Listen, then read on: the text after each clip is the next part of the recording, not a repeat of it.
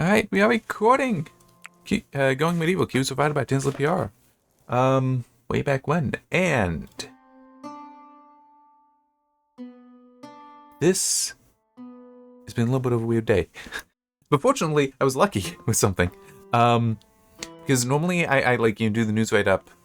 So this is Friday for me. I normally do the news write-up Thursday evening, and then Friday morning, if I do get more press releases, I will put them in, assuming that they are important enough. And I got lucky in that the AMD announcements for the RX 9000 series, so the RDNA GPUs, was actually this morning. So yeah, I actually got to see them instead of having be a that's gonna be later today kind of thing. Where it's like I can't write it all up. But no, that is actually out. What am I looking to do here? I remember a little bit. I know I wanted to do this stuff. I'm sure there are plenty of lab resources actually. But even if not, that's just clay that I need. And I've got plenty there. Alright, yeah, I will do this then. Yeah. Alright, so yeah. We have the RX 9070 and RX 9070 XT formally announced after the weirdly, oh yeah, we'll talk about it at CES. Oh wait, no, we're not going to talk about it at CES. Kind of thing. Which, yeah, just weird that. Oh, it actually got rid of it. But yeah, and one thing, it has been amusing to see rumors because of people being like, oh, what are we going to see as far as pricing? Yes. Hang on. I want to just get what I can of these out of the way. I had seen a bunch of different, oh, this is what this retailer leaked, this is what that retailer leaked kind of stuff. But I think the last rumor I had seen was $100 off for that, which I suspect was a... Because you'll see, something just put in at, $1,000 or something, just so it fills the space there. This was at $800, I believe. It was either $799 or $699, but no, $599.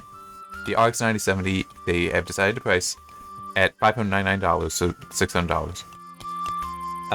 Which is significant. I'll be honest, I haven't been following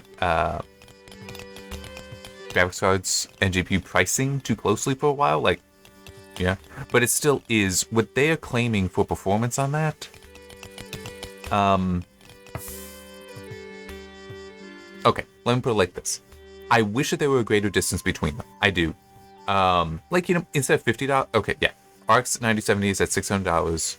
The just 9070 non-XT is $549, so $550. I do wish they were a little bit larger, because it's like, if I'm going to spend $550, why not find the extra 50 and go to $600? So I do wish that were a bit more, but for what they're claiming, I don't need it. I'm happy with what I got in my desktop, and also I'd rather keep the desktop as is and just, when the time comes, build a completely new computer. Fortunately, the time has not come yet, and even then, this thing is gonna live for years and years and years and years, in my opinion. Even if I have a new desktop, I will still be using this thing for other purposes. I am on the laptop, not on the desktop at the moment, but yeah, it's really, really nice. I love my Threadripper, what can I say? But this is very, very promising at that price. If it were $500 for the 9070, that's probably, if I were building a new computer, what I'd go for. Because what they are saying they are offering is, one thing, I've not been able to watch the video, I haven't had time for that yet. But just looking at the press release and some other write-ups I've seen from people, this... Hang on, let me actually look, because I still have the Pharonics one open. Yeah, they're claiming the 9070 is 21% faster than the 7900 GRE. And the 9070 XT is 51% faster than 6900 XT, which seems a little odd going to the previous two generations ago. But 26% faster than the 3090, which again is a little odd that they're comparing Or, well, for Onyx at least is comparing it against 2 generations ago, not the... Whoop, not the 4090. But it still is. That's... I wish I knew what all these prices were off the top of my head. But it still is. That does seem quite competitive. At 600. I mean... Yeah, let me actually try looking it up.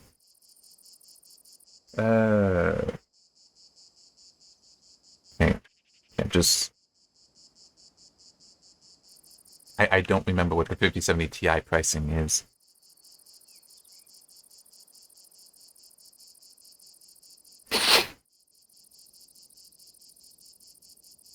Okay, so that's around $750. So we're talking $150 less? Yeah. Yeah, no, this... I'm not...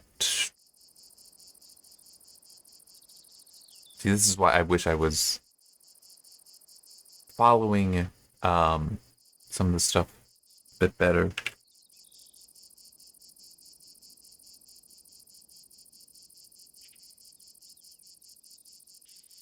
Kind of work. I'm trying to pull up a review now. Yeah, I should actually just let that go.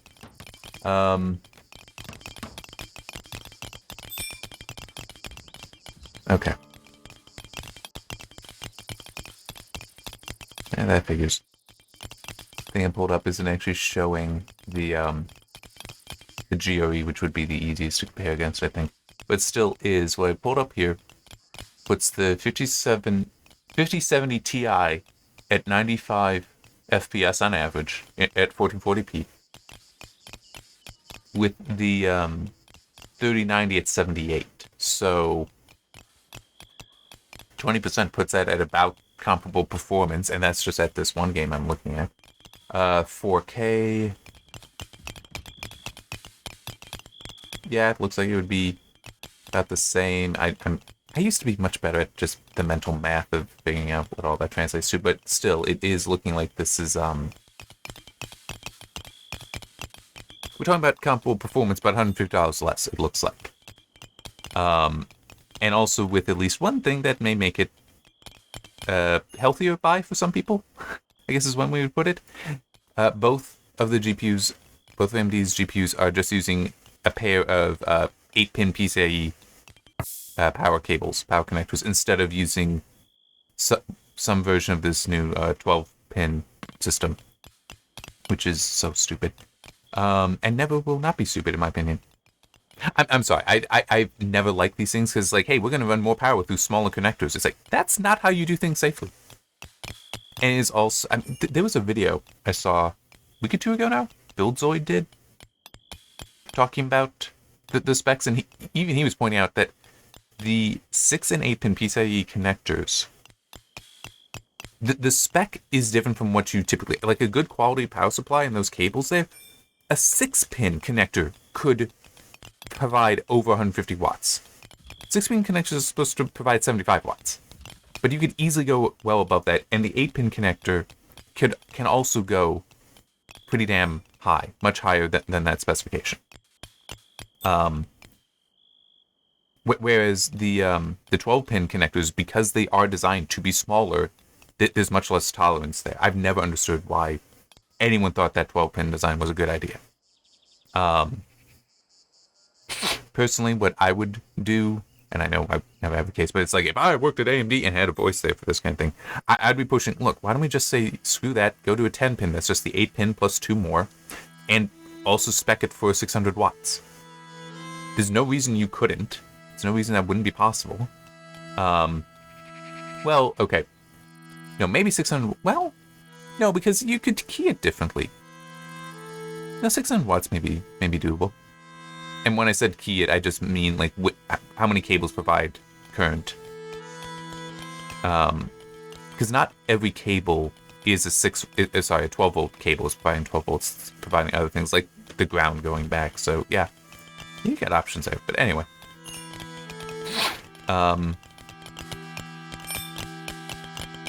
I know, I'm jumping on a little bit. But total load power for the 9070 XT is also 304 watts. Actually, let me see if I can spot, because I still have that review up, what the power is for the 5070 Ti. I gotta scroll quite a bit. Maybe. Should be getting close to it.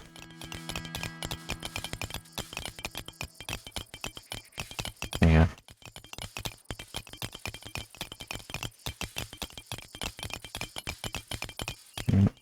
Power consumption. 343 watts says in one game in Starfield. I'm looking at the tech spot review, by the way. Let me see, is there an average? No, but 360 watts there, 386 there, no, 340. So, it used to be, I don't know if this is still the case, but it used to be with AMD, they obeyed their total board powers. NVIDIA didn't care. By that I mean is like this, where it even says like a power consumption of 386 watts for the 5070 Ti. That's with Star Wars Outlaws 1440p Ultra. It says. I could believe that would be that's what I was saying. It's a 350 watt card. It's like you're almost 10% over. It's like NVIDIA would do that. Used to. I don't know if they still do. Whereas AMD, it's like we say it's a 350 watt card. What's the maximum it's ever going to pull? 350 watts. That's it. It will never go above it. Used to be like that. I don't know if it still is. And it was actually funny because if you look back at my, let me try to check and get the specific name. But I did an article a while ago, looking at GPU and CPU power consumption. Okay, GPU thermal testing scripts experiment. That's apparently what I named it. It was actually very interesting to compare the NVIDIA and AMD GPUs that I had and including that testing. Because I'm trying to go by memory. Because I still have the GTX 770. It should still work. There's no software support for it anymore, but it should still work. That basically would just go up to its highest power consumption and just stay at that very solidly. And that's also what the Vegas 64, the RX Vegas 64 that I have, did. It would just go up and stay there. And then it would modulate other things to maintain that, and the temperature.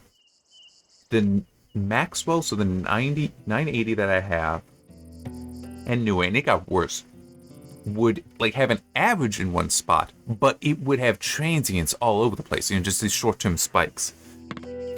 So like the RTX 2060, it may boost up to, I think it would like boost up to 300 watts, but it would come down and rest more around 220. I think that was it. I might be misremembering, but it definitely had a huge dip like that. But even though the bulk of the data would be around that 220 after about, I think it was 10 or 20 minutes, you would still see transients popping all the way up to 300. You would also see them dropping well below the 220, so like falling more to like 200 or 190 or 180 even. And it would just fluctuate like crazy. It was wild. But that's what it did. Like that's what it was designed to do. Okay. I'm gonna throw that down. Yeah, I'll throw it down there.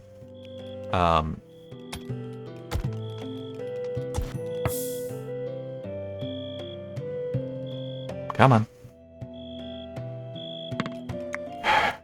Okay.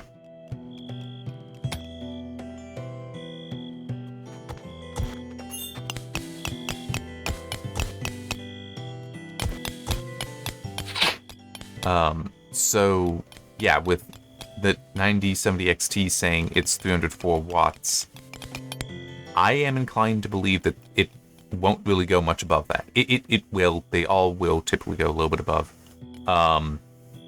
But I could believe that would still be around like 320 watts at most, without any overclocking. That it would stay that close. But yeah, so in theory, then that is suggesting that it is RDNA 4 may be more efficient and is apparently cheaper to produce, or at least AMD is willing to sell it cheaper. Now the real question will be, and I also need to mention that availability next week. March 6th is when you'll be able to start purchasing these things. Which is definitely neat.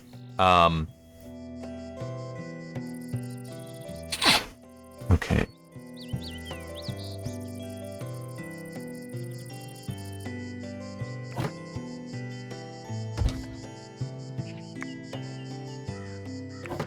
Let's...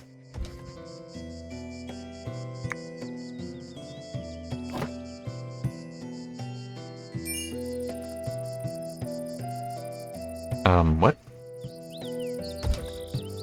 Okay, that was weird. I thought I couldn't do that.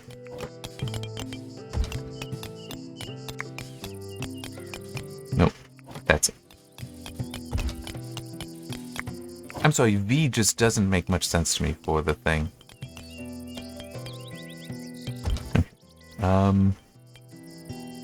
Yeah, that's that. For copy, you use V, and I just... It's weird, it's weird. That's the left side. Wow. Wait. Come on. There we go. There.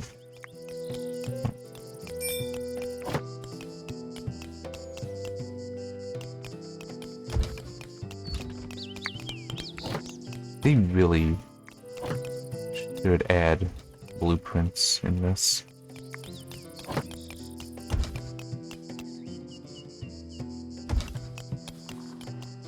Yeah, this actually shouldn't be here. Oh,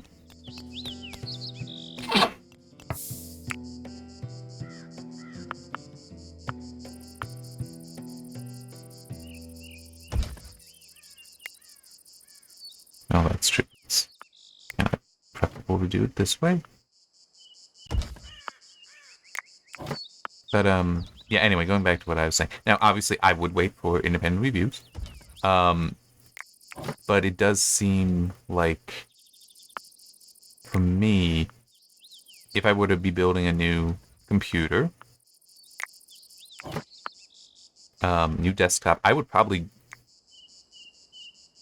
go with the 9070, actually, and just like undervolt that thing, because that was one thing with like the Vega 56 and Vega 64. Now, true, there were other things going on there, but the Vega 56 was actually a better choice than the 64, because it was more efficient, used less power, but you also had occupancy issues there, where even though, yes, it had fewer... What the hell was I mining before? Oh, yeah, over here. Even though it had occupancy issues, as I just said, meaning that the compute units, which AMD calls them compute units, NVIDIA calls them CUDA cores. It's basically the fundamental compute portion of the GPU. Whatever the name is, that's what it is. And what they constitute, what they contain inside, does differ between them. It's not like those are completely identical, but it's... When you read NVIDIA with so many CUDA cores, it's the same concept. Very different implementation, but same concept. Vega 64 with 64 compute units, you typically... Games weren't being designed, optimized for that, so a lot of them would actually be empty, or they wouldn't be running at full capacity. The 56, even though it had 8 fewer, they would typically be all full, or at least more often, so it actually would perform as well in some cases, or very nearly as well as the Vega 64, while using less power, so it also ran cooler. Yeah. But since going to RDNA, AMD has done a lot to try to improve upon that stuff. I do need to try to put down more traps. Yeah, they've tried to do a lot to improve upon that. I don't doubt some of that is working with developers to get optimization put in, which is definitely a hard thing for AMD to achieve. NVIDIA has such a stranglehold on so many things that it is difficult.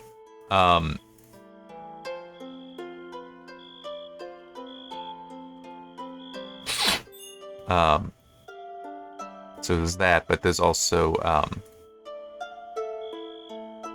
AMD has been dominant, so why would developer bother? Well, that's not what I wanted to have happen.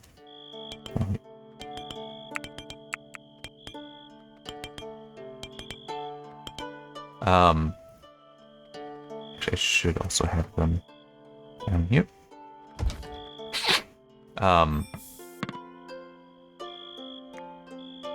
Yeah. Now, I should also acknowledge one thing, because I said I'd probably go with the 9070. I do prefer AMD graphics cards to NVIDIA, and I have for many years. I generally do find that they provide good bang for your buck for what I'm running in. I have a Vega 64. I'm not using it at the moment, and I have a RX 580 in my desktop, and I've been happy with that. To be fair, though, I don't play a lot of modern games that need the latest and greatest graphics cards to even run, and I also don't want to play such games. I was like, the games that are coming out where it's like, oh yeah, you need like ray tracing just has to be on. It's like, I'm not playing that game then. Or ones where it's like, oh yeah, to get 60 FPS, we expect you to turn on frame generation. It's like, nope, not doing that. Which actually, that is one thing when I was looking at, because I have scanned through a little bit just to try to get what they're saying about the performance numbers in the presentation AMD gave. They do actually go with, and this is at native resolutions, no special software being run. So basically saying, yeah, we're not giving you, like with FSR enabled. They do, it did look like they do talk about it. FSR 4 is also coming with this stuff. I have not had the time to go through and look more closely. I need to get things done because I am busy today with other things. Yeah, so FSR 4 is their new upscaling algorithm, and it does use machine learning. One thing that,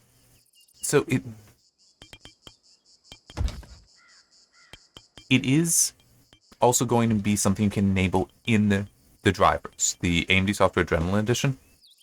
So what they call the drivers now, that capability is going to be limited to, at least initially, to probably always, the 9000 series. So that's RDNA 4 only, but that's for for just the drivers enabling. I'm not sure if that's everything.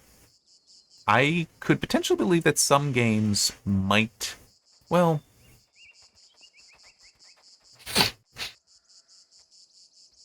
now the way it puts it, because I actually have the press release open, and I'm looking at it. Available exclusively on AMD Radeon RX 9000 series graphics cards. AMD Software Adrenaline Edition adds a new, easy-to-use FSR 4 upgrade feature that helps maximize performance at maximum quality in over 30 games at launch, with 75 coming later this year. That 30 games, though, is also mentioned. It's the same number. Yeah. AMD's new, just up where they are announcing FSR 4, new cutting-edge ML machine learning-powered upscaling technology that delivers high-quality boosted frames under even the most demanding workloads such as 4K gaming with maximum ray tracing settings, and will be supported in over 30 games at launch. So I'm not sure what's going on here. But the fact that it's mentioning 30 for both of them, in both places, that could mean then that we are... Oh, I didn't even realize there was still some clay down here. That could mean then that... No, it is all limited to just... FSR 4 is limited to the 9000 series exclusively. But it could also mean, no, you can... The driver side version of it is, but potentially those games not. But it's... Maybe it's also, though, because it's saying AMD FSR 4 upgrade feature in the driver. So maybe it's something more like, hey, it actually, the game has FSR 3 or 3.1 in there, and you can just in the driver say, nope, use this other algorithm instead. Which in a way would actually be pretty neat. Because that could potentially allow you to then have it be, through the drivers, they can give you a new version. Or somebody could even, or maybe it could be set up so that you could be like, hey, I want to use this version instead of that version. I don't know, but that would be interesting. Well, we find out. This is why you wait for independent reviews. Yeah.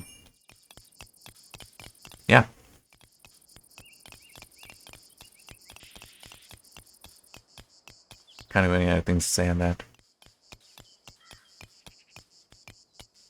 Maybe that's for the best. I know I've been kind of all over the place, but it is these are looking promising. Question is not just, I mean, we know the price. Well, what is the actual price going to be that you pay? Because there can be markup for various reasons. But also, what will supply be? That's critical. Because my understanding is NVIDIA's still got supply issues, but they're running into other issues as well. Oh man, seeing the news about some of the RTX 50 series GPUs coming out with disabled ROPs. Crap, I used to remember what ROP actually stood for. That's not quite like CU or CUDA cores. That actually is, a ROP is a standard unit in any GPU. I can't remember what it stands for.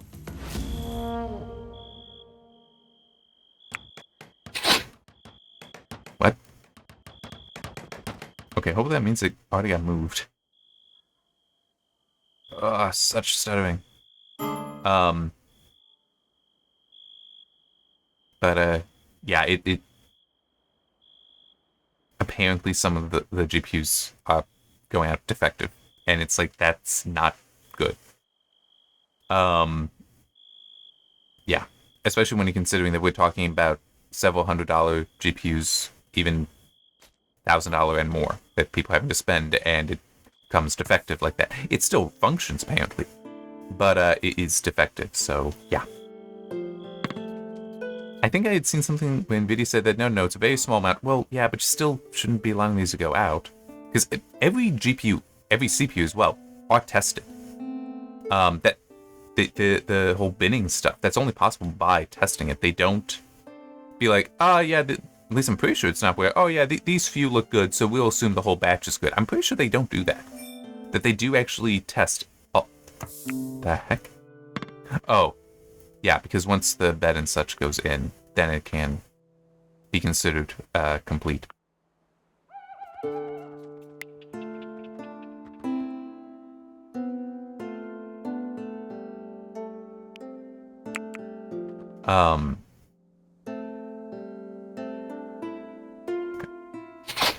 But yeah, it's NVIDIA is stumbling so hard right now.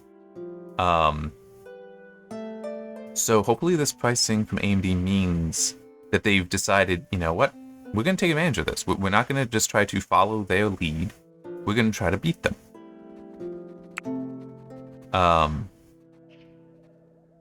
You're not just the whole NVIDIA minus 50 or NVIDIA minus 100. But no, we want to actually say, hey, you know what? We've been an option all the time. We really want you to consider us now. I'll leave that. And that pricing does kind of suggest that that's what they want to do. That they do want it to be, nope, we're a better option for you. We're cheaper, but we provide you with the performance you want.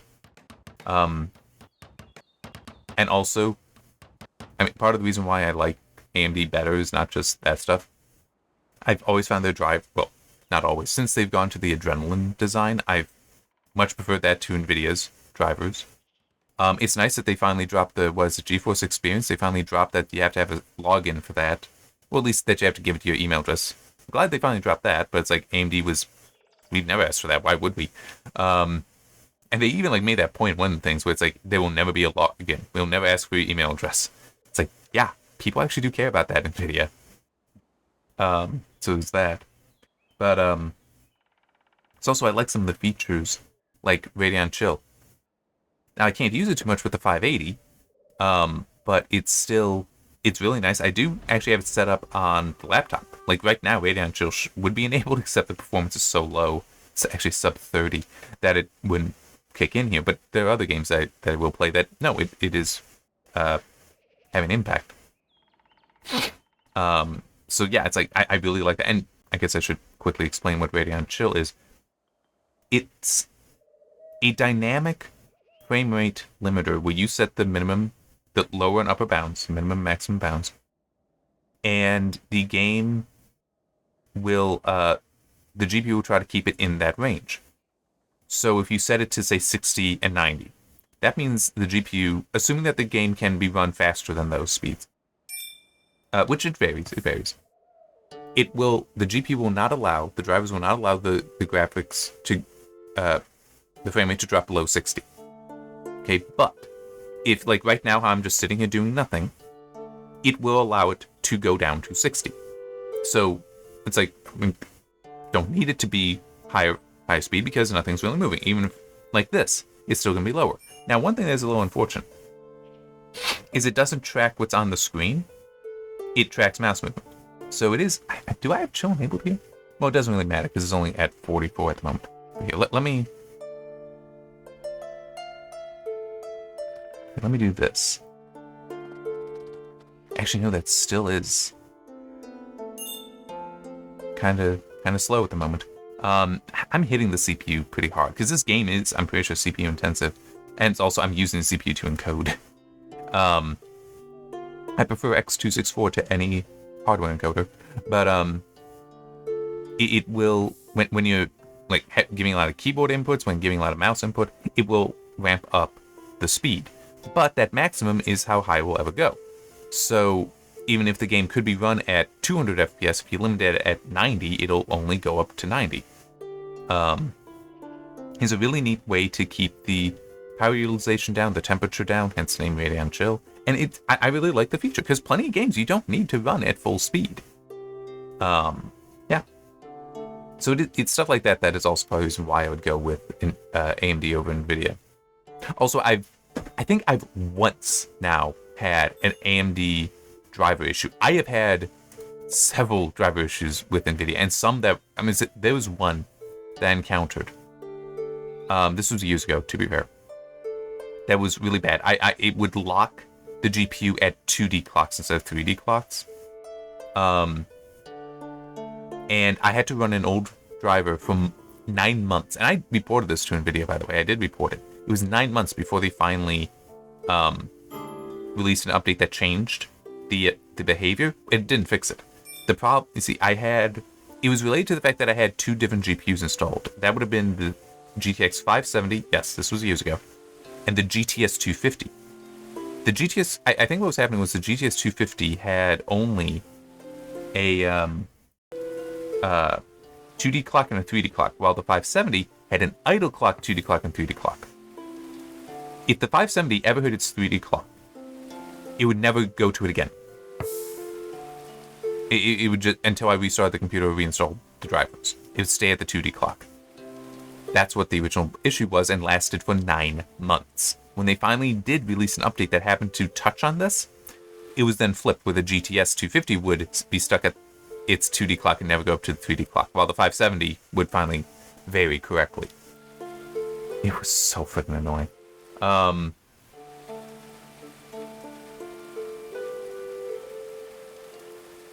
Sorry, I'm just checking some. Okay. Great. Looks like I need to add another piece of... It's just a release date for a game. Cache... Well, hang on. Let me just quickly make sure. Yes, this is... Okay. Cache Cleaner Simulator. It's going to be launching on May 8th, apparently. I'll have to write that in. Well, maybe. I try to... I will cover release dates like that, so hopefully I'll be able to fit in. Okay. There are other things to talk about, so I really should talk about them.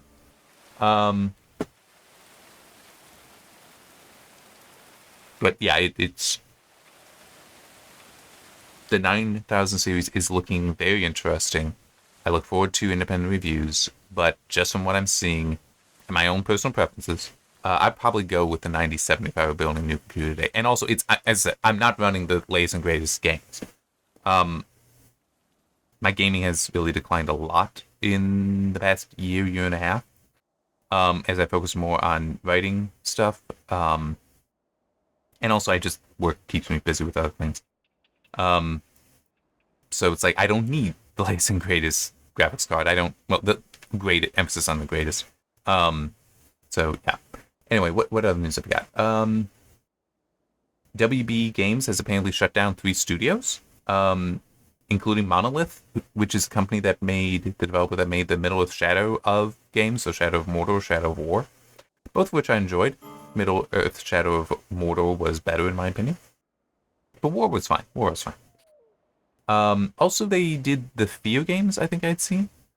Now, one thing that is important about that is that while it sucks that studio being shut down, there is the Ship of Theseus concept going on, which the Ship of Theseus concept is, and I don't remember completely why it comes out of that myth, because it's been a while since we've gone through the myth of Theseus. But the idea is that Theseus's ship was built to be exceptional, was very, very fast, very strong, all that. But over his adventures, every piece of it got replaced. So, at the end, is it still the Ship of Theseus or not? Because every piece that went into how it was originally made has been changed. Developers are also kind of like that. That is true. I don't know how much it is for Monolith, but that would also be like BioWare. With the whole Dragon Age Veilguard situation, how it's not a light game at all. But this is the same studio that did the original Dragon Age and Dragon Age Origins that people love, that did the Mass Effect games that people love. It's like, yes, but it's not the same people. Those were long ago at this point, and developers have left, moved on to other games, other studios, just other parts of their life. Maybe they got promoted, so they're no longer developers, in which case they could have gone to other places in EA. So Monolith being shut down doesn't mean you'll never get another game like the Middle-earth games or Fear, or the Fear games. It doesn't mean that. Because those developers, they haven't lost their skills, and it's possible that's not who was there anymore either. Which isn't necessarily the happiest thought, because you want to believe that you can trust a brand name that you liked before to continue giving things you like into the future. But that's not necessarily the case. So, I get it, it sucks, but it's also, if they're good, they'll find jobs elsewhere, or they'll be able to make their own jobs. I promise it's not that I'm heartless, it's that I've never actually achieved full employment. I've only ever been chronically unemployed or underemployed. So, when somebody reaches that point, they will have my sympathy, but until then, it's like, you have so many things going for you. You have these skills, you have these experiences that you will be able to get a job at other companies, or you will be able to get a loan based on your experiences and start your own business, start your own developer. So no, I'm not that concerned. I'm sure you'll be able to figure this out. Unless you are truly incompetent, in which case then you losing that job was actually probably a good thing, so you can find a different job where you will be a better fit. So, yeah.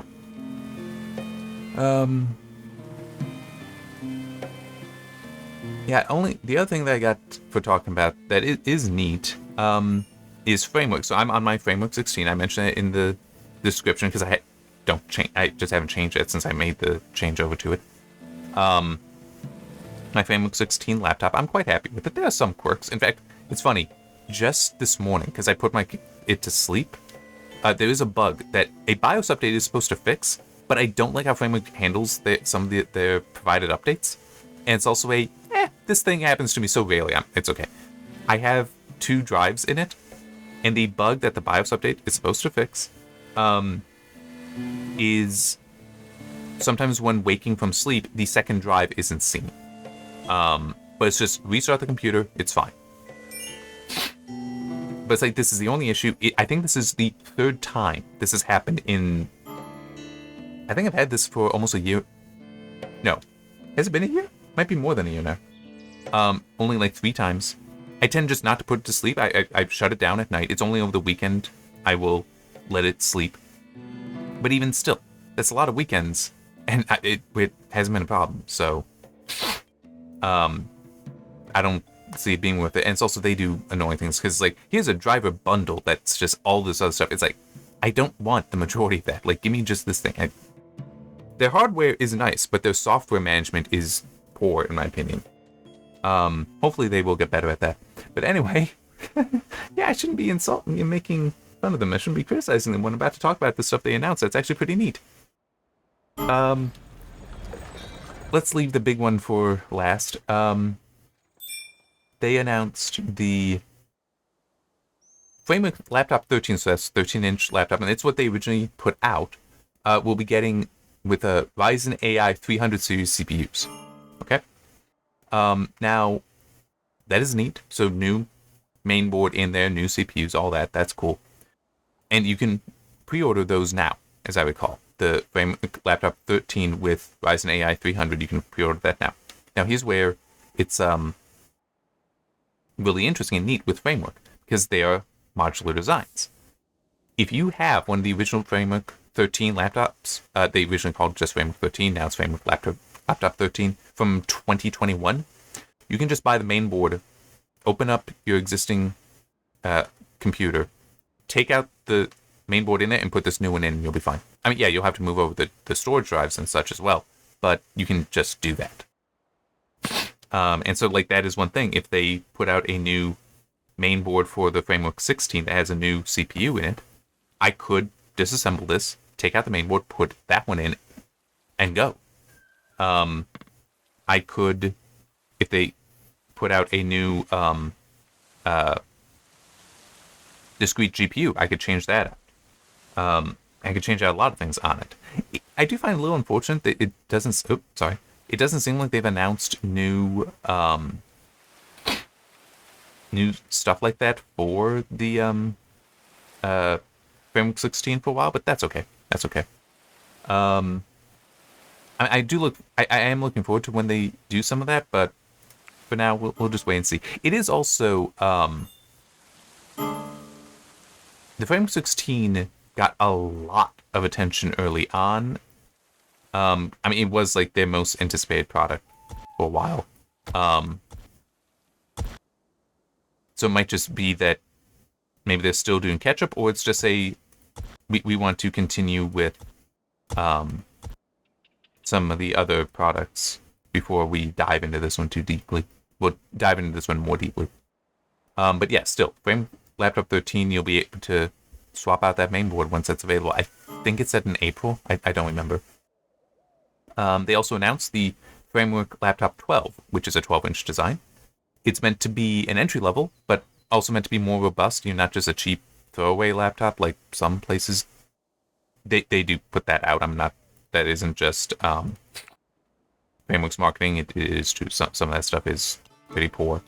No idea if they're saying it will be better. We'll see when that comes out. It will actually have a touch screen and be a convertible design, which is interesting. A lot of people have been asking for new displays for both the 13 and 16 to be touchscreens. So it looks like this may be how they first attempt that. But yeah, I am curious. I'm curious. Obviously I wouldn't get one. I'm happy with my 16-inch. If I want to like take it somewhere else, I would just do that instead of getting a new laptop, because it is also one of those things I've moved over, and there's a lot of stuff that I do on the laptop that I used to on the desktop. Like I prefer to write on the laptop for whatever reason. I really don't know why I do prefer to do that. Just I do. But I can perfectly do that on the desktop. Some of the gaming I now do on the test system, but that's mainly because I'm mainly just playing two games at the moment when I do play. Titan Quest, and for my own enjoyment, not counting this. Titan Quest, which I'll do on the laptop. That's partly just, I don't feel like using, not the Pi 40 on the desktop. But it's a more powerful GPU on the laptop than the 580, so that's one reason why. But if I want to play Satisfactory, I actually use the test system, and that's partly because I don't trust that the RX 580 plays nicely, or rather that Unreal Engine 5 plays nicely with the 580. But I still have the RTX 2080 in the test system, which the Satisfactory runs fine on that. It's also on an NVMe drive, whereas it's on just a SATA SSD on the desktop. So yeah, it'll be. Don't get me wrong. I said it before. I'll say it again. I'll keep saying it. I love this desktop. It is amazing. I intend to keep it running for years and years and years and years, doing various things. But eventually, when I build a new desktop, it will be nice, because then I will like consolidate and do all the gaming on that. Anyway, I don't need the Framework 12, but I could see potentially, the idea of having a smaller, lighter laptop that would be more of a take it with me to more places because it's smaller, it's lighter, just to do the writing stuff. I'd probably never game on it, but that basic productivity stuff may work fine. I just have no justification for ever spending money on something like that when I already have the Framework 16. That's all. All right, now let's talk about the big thing they announced. That is interesting, both in terms of what it is, but also in how some people have been responding to it. It is the Framework desktop, which you might be thinking, especially with the whole, wait, Framework does modular designs. Desktops are already modular. What's the selling point here? What's the big deal here? Have those all finished? Yes, those have. Okay, I need to come up with some other stuff to do then. And it is true. Desktops are already modular. What makes this different, however, is it's technically more a workstation. It's using AMD's Ryzen AI Max CPU, which is Strix Halo, I think is what the codename was. So that's up to 16 Zen 5 CPU cores and up to 40 GPU cores in the same die. So that's a lot. And it also does have NPU in there. So it has hardware accelerated AI stuff in there as well. So that's right. That's what I was wanting to do. I was wanting to like extend something up here. I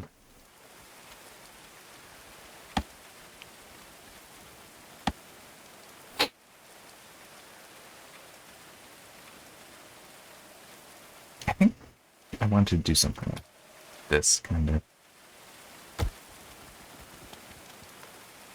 I'll make it 4.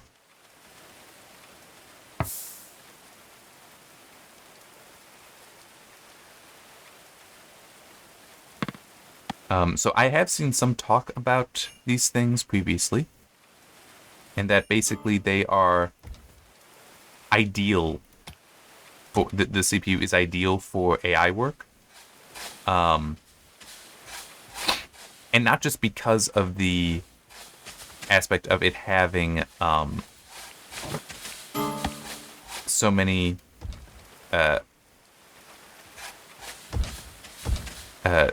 GPU cores and the AI acceleration units. It's not just that.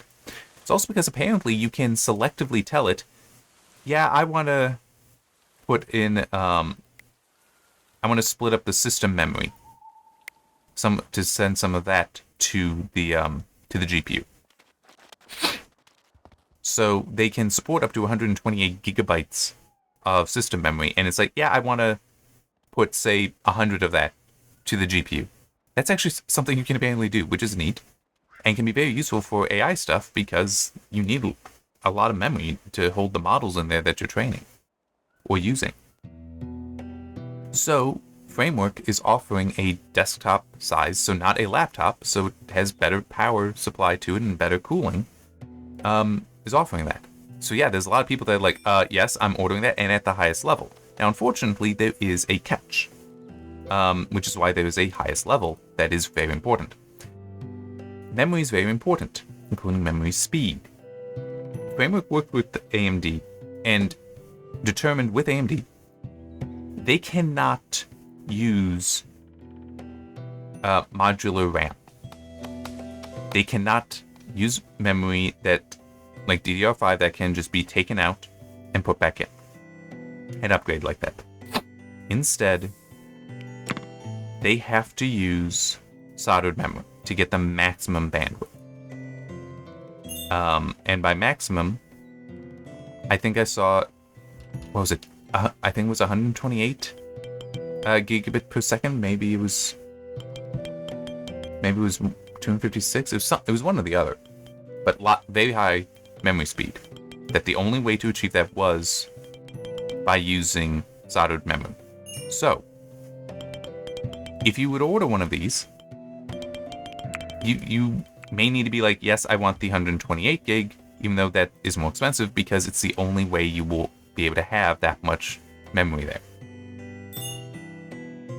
Yeah, which isn't necessarily great, but is what it is. And there's also something else that's really neat. You can order the Framework desktop, and it comes in a case and all that, or you can just order the main board. which is a mini ITX board. So that means you could order one of those and put it in a different case if you wanted to. Or it was interesting. They actually showed an image, but they didn't really talk about it, of like some case, like a ITX stack chassis. So it looked like it had 4 of these things all in a stack. It's like, that's a lot. Like that would be quite powerful. If you were able to leverage it all. Yeah, I think I'm gonna put down another ring. Another ring of these things. There.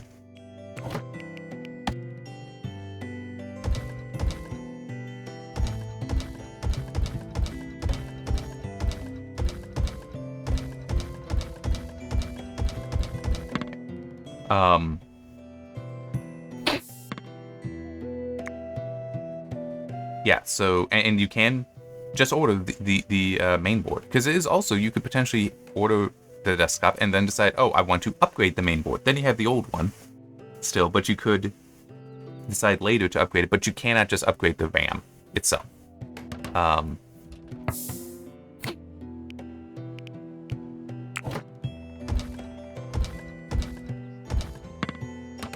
So there is that issue, but it still is, if you need basically a miniature workstation that will be very competent for AI work, at least at the moment, that's apparently one hell of an option. I don't do enough AI work to know clearly one way or another, but it still is 40 GPU cores in there.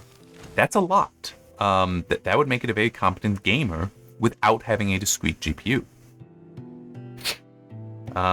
And with that memory bandwidth, that also would address one issue that some just integrated GPUs do have, which is just, I mean, it's like that's part of the reason why I opted for the Framework 16 with the discrete GPU here. So it has, I think it's 8 gig of memory that is just its. It doesn't have to touch the 32 gig that I have installed with the system. Alright. I think I can wrap this up. And how long have I been going? Yeah, I've been going longer. So yeah, this is lots of neat stuff got announced this week. Been a busy week, and I got more stuff I need to write up, apparently. You just put that announcement in there. Awesome. Make that available.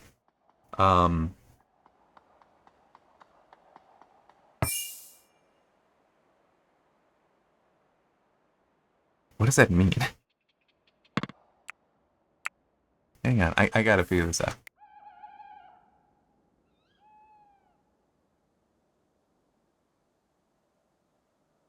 Okay. I'm not sure what I can do with that. I mean, I guess hopefully he will just decide, alright, I'm gonna stay inside then. Yeah, I don't know. I mean, I get that maybe there are some people that would be like, oh, that's the case. Okay, then I'll make sure that his job's all indoor. But it's like, stop giving me these nonsense details. Let me start fixing this mess, because it is a mess. This is a freaking mess. Anyway. Save it, get processing, get uploaded. So many things. I'm probably gonna stop here and then be like, oh no, there's even more things. It's just how it's been going. But hey, it is nice to be busy. It's also nice to be able to take time off when you are busy. Alright. Yeah. See you next time.